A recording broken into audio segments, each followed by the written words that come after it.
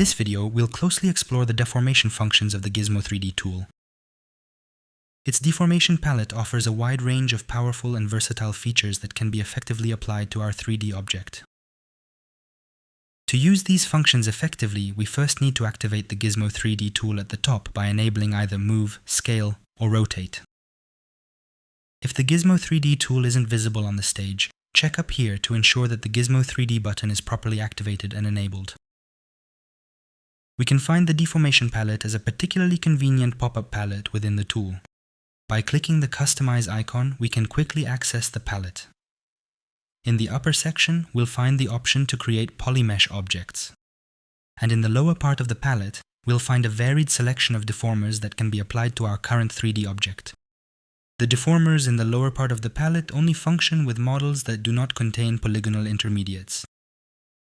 If we come across a model with this issue, simply head to the Geometry sub-palette in the Tool menu and remove the corresponding steps.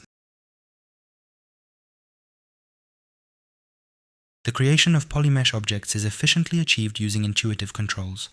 For example, when we click on the cylinder, small handles appear as visual feedback, indicating the adjustment options available. We can adjust the polygon resolution using these handles,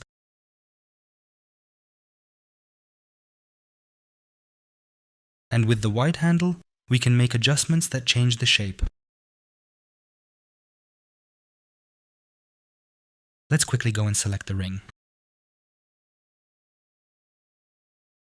This object has two overlapping handles that provide us with multiple additional adjustment options.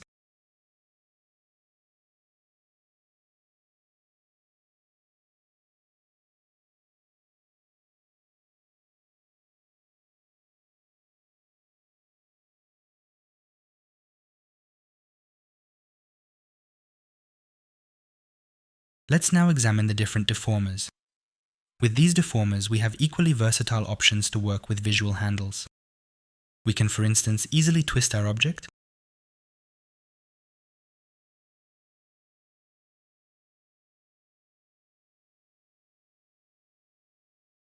scale,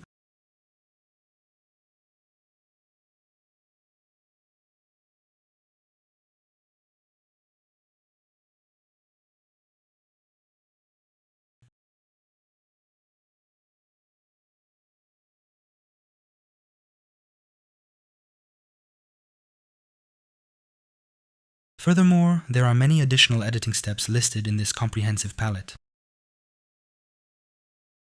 If we are satisfied with the adjustments we have made, we can either click the Accept button or revert all the changes and start afresh from the very beginning.